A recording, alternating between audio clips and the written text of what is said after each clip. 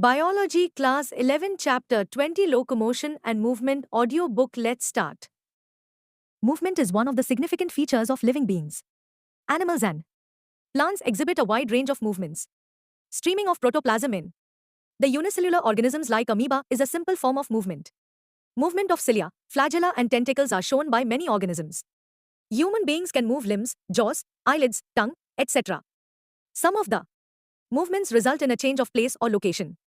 Such voluntary movements are called locomotion.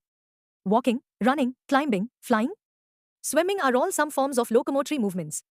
Locomotory structures need not be different from those affecting other types of movements. For example, in paramecium, cilia helps in the movement of food through cytopharynx and in locomotion as well. Hydra can use its tentacles for capturing its prey and also use them for locomotion. We use limbs for changes in body postures and locomotion as well. The above observations suggest that movements and locomotion cannot be studied separately. The two may be linked by stating that all locomotions are movements but all movements are not locomotions. Methods of locomotion performed by animals vary with their habitats and the demand of the situation.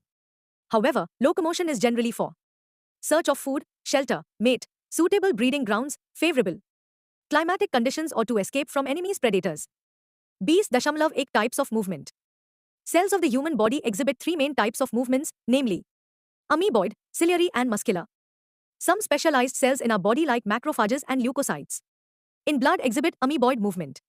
It is effected by pseudopodia formed by the streaming of protoplasm, as in amoeba. Cytoskeletal elements like microfilaments are also involved in amoeboid movement.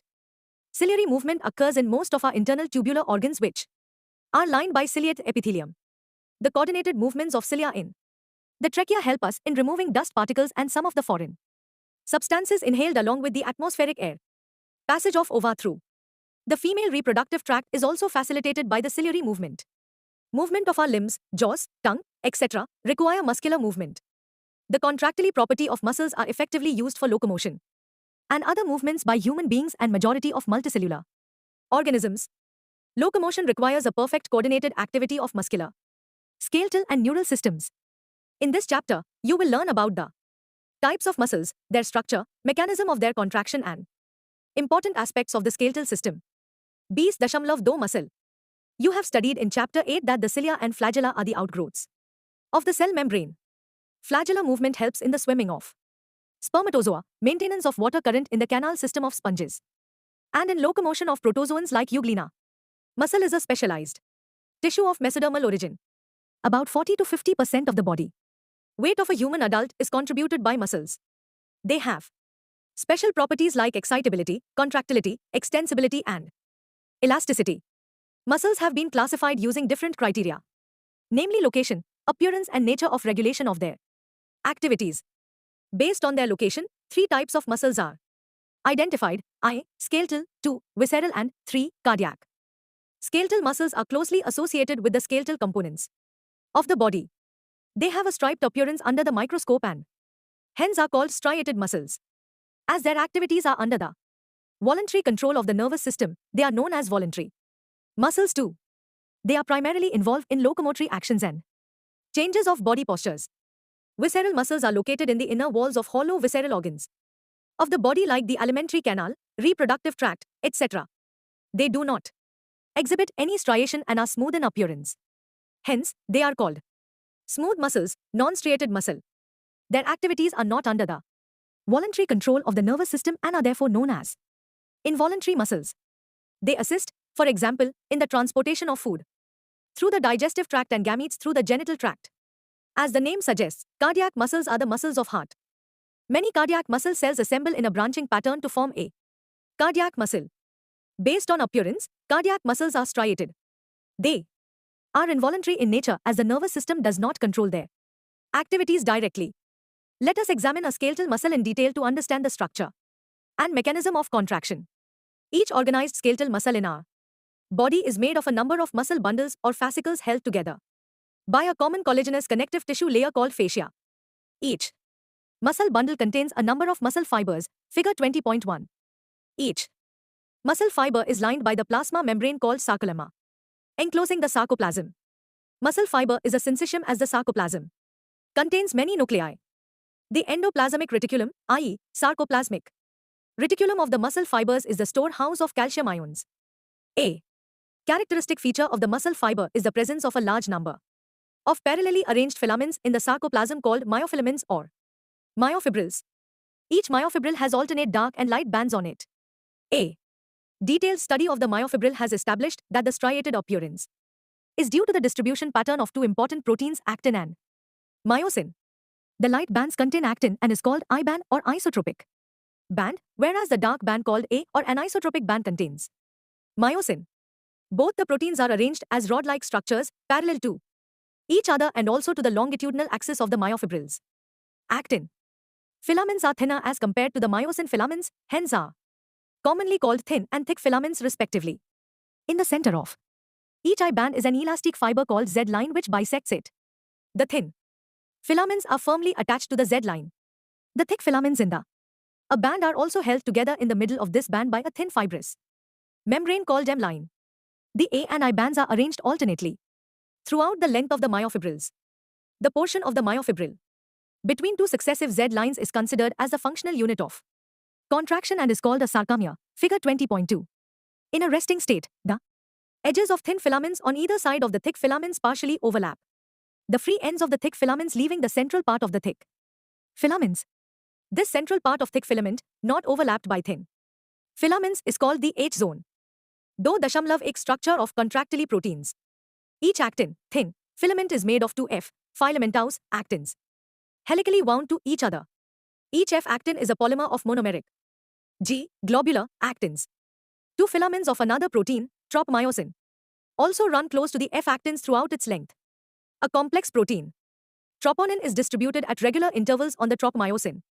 In the resting state, a subunit of troponin masks the active binding sites for myosin on the actin filaments, figure Bs.Tina. Each myosin, thick filament is also a polymerized protein. Many monomeric proteins called meromyosins, figure Bs.Tin B, constitute one thick filament. Each meromyosin has two important parts, a globular head with a short arm and a tail, the former being called the heavy meromyosin, hum, and the latter, the light meromyosin, LMM. The hum component, i.e., the head and short arm, projects outwards at regular distance and angle from each other from the surface of a polymerized myosin filament and is known as cross arm. The globular head is an active ATPase enzyme and has binding sites for ATP and active sites for actin. Though mechanism of muscle contraction. Mechanism of muscle contraction is best explained by the sliding filament theory, which states that contraction of a muscle fiber takes place by the sliding of the thin filaments over the thick filaments. Muscle contraction is initiated by a signal sent by the central nervous system, CNS, via a motor neuron. A motor neuron along with the muscle fibers connected to it constitute a motor unit. The junction between a motor neuron and the sarcolemma of the muscle fiber is called the neuromuscular junction or motor end plate. A neural signal reaching this junction releases a neurotransmitter, acetylcholine, which generates an action potential in the sarcolemma. This spreads through the muscle fiber and causes the release of calcium ions into the sarcoplasm. Increase in Ca++ level leads to the binding of calcium with a subunit of troponin on actin filaments and thereby remove the masking of active sites for myosin. Utilizing the energy from ATP hydrolysis, the myosin head now binds to the exposed active sites on actin to form a cross bridge, figure 20.4. This pulls the attached actin filaments towards the center of a band. The Z line attached to these actins are also pulled inwards, thereby causing a shortening of the sarcomere, i.e., contraction. It is clear from the above steps that during shortening of the muscle, i.e., contraction, the I bands get reduced, whereas the A bands retain the length, figure 20.5. The myosin, releasing the ADP and PAC, goes back to its relaxed state. A new ATP binds and the cross bridge is broken, figure Bs.4. The ATP is again hydrolysed by the myosin head and the cycle of cross bridge formation and breakage is repeated, causing further sliding. The process continues till the Ca++ ions are pumped back to the sarcoplasmic cisternae, resulting in the masking of actin filaments. This causes the return of Z lines back to their original position, i.e., relaxation. The reaction time of the fibers can vary in different muscles.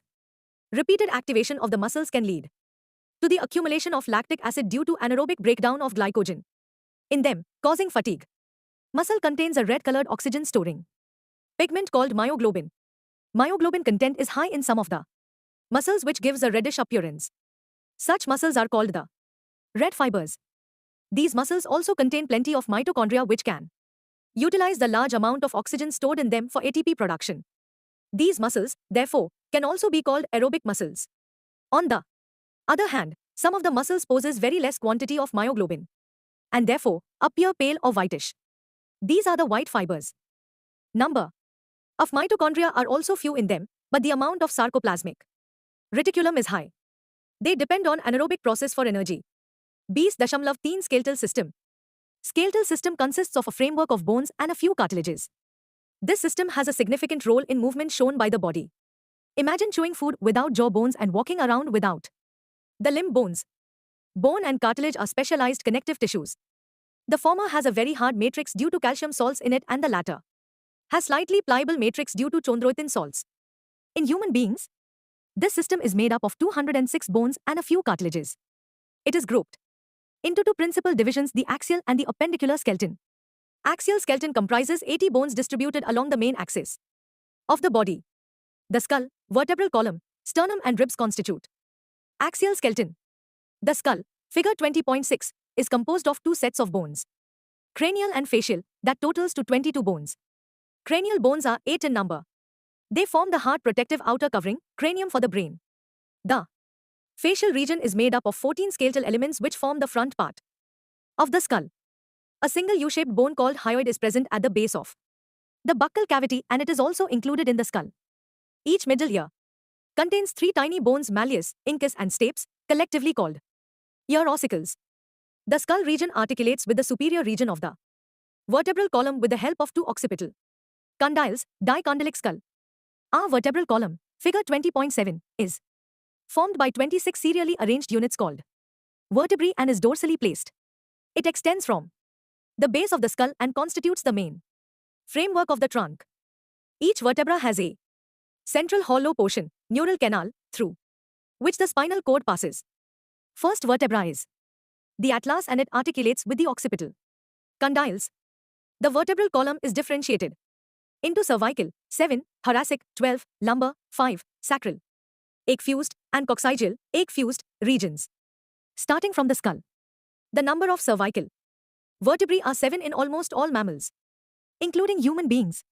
The vertebral column protects the spinal cord, supports the head and serves as the point of attachment for the ribs and musculature of the back. Sternum is a flat bone on the ventral midline of thorax. There are 12 pairs of ribs. Each rib is a thin flat bone connected dorsally to the vertebral column and ventrally to the sternum.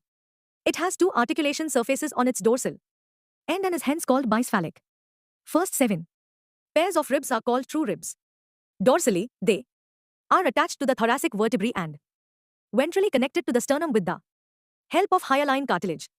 The 8th, 9th and 10th pairs of ribs do not articulate directly with the sternum but join the 7th rib with the help of hyaline cartilage. These are called vertebrochondral, false, ribs. Last 2 pairs, 11th and 12th, of ribs are not connected ventrally and are therefore called floating ribs. Thoracic vertebrae, ribs and sternum together form the rib cage, figure 20.8. The bones of the limbs along with their girdles constitute the appendicular skeleton. Each limb is made of 30 bones. The bones of the hand, forelimb, are humerus, radius and ulna, carpals, wrist bones 8 in number, metacarpals, palm bones 5 in number, and phalanges, digits 14 in number, figure 20.9. Femur, thigh bone, the longest bone. Tibia and fibula, tarsals, ankle bones 7 in number, metatarsals 5 in number, and phalanges, digits 14 in number, are the bones of the legs, hind limb, figure 20.10. A cup-shaped bone called patella cover the knee.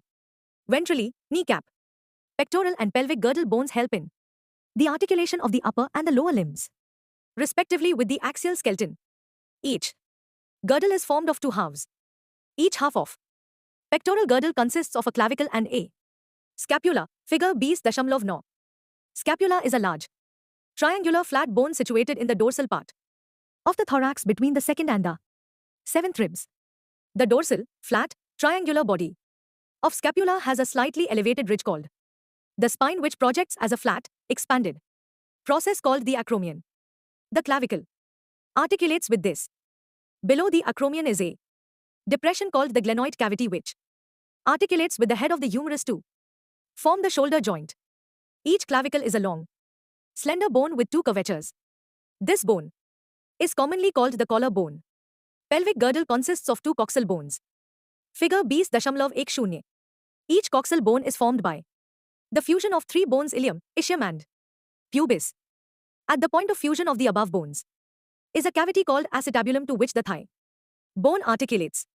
The two halves of the pelvic girdle meet ventrally to form the pubic symphysis containing fibrous cartilage. 20.4 joints. Joints are essential for all types of movements involving the bony parts of the body. Locomotory movements are no exception to this. Joints are points of contact between bones or between bones and cartilages. Force generated by the muscles is used to carry out movement through joints where the joint acts as a fulcrum. The movability at these joints vary depending on different factors. Joints have been classified into three major structural forms, namely fibrous, cartilaginous and synovial. Fibrous joints do not allow any movement. This type of joint is shown by the flat skull bones which fuse end to end with the help of dense fibrous connective tissues in the form of sutures to form the cranium. In cartilaginous joints, the bones involved are joined together with the help of cartilages. The joint between the adjacent vertebrae in the vertebral column is of this pattern and it permits limited movements. Synovial joints are characterized by the presence of a fluid-filled synovial cavity between the articulating surfaces of the two bones. Such an arrangement allows considerable movement. These joints help in locomotion and many other movements.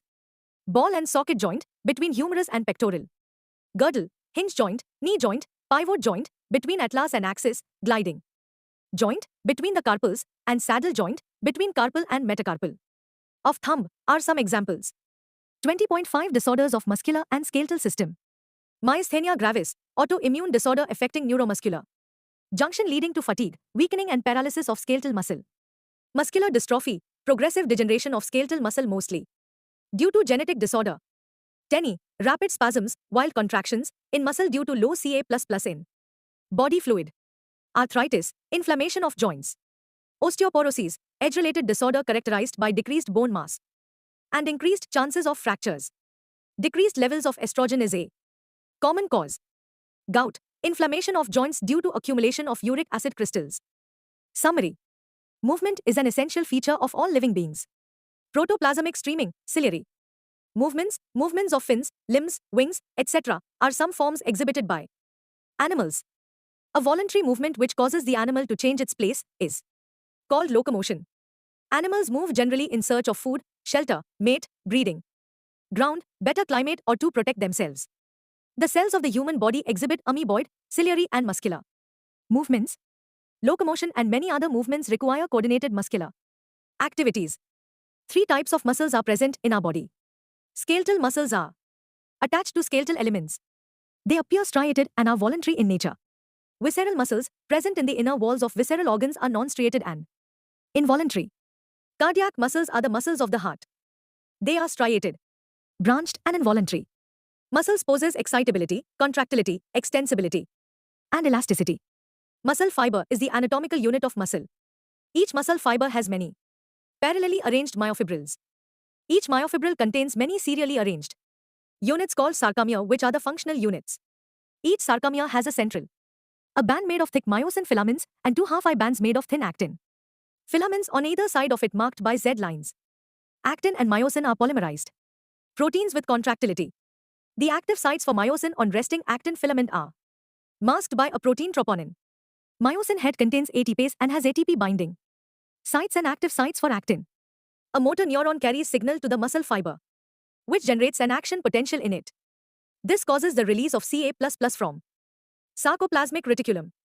Ca++ activates actin, which binds to the myosin head to form a cross bridge. These cross bridges pull the actin filaments, causing them to slide over the myosin filaments and thereby causing contraction. Ca++ are then returned to sarcoplasmic reticulum, which inactivate the actin. Cross bridges are broken and the muscles relax. Repeated stimulation of muscles leads to fatigue. Muscles are classified as red and white fibers based primarily on the amount of red-colored myoglobin. pigment in them. Bones and cartilages constitute our skeletal system. The skeletal system is divisible into axial and appendicular. Skull, vertebral column, ribs and sternum constitute the axial skeleton. Limb bones and girdles form the appendicular skeleton. Three types of joints are formed between bones or between bone and cartilage: fibrous, cartilaginous and synovial. Synovial joints allow considerable movements and therefore play a significant role in locomotion.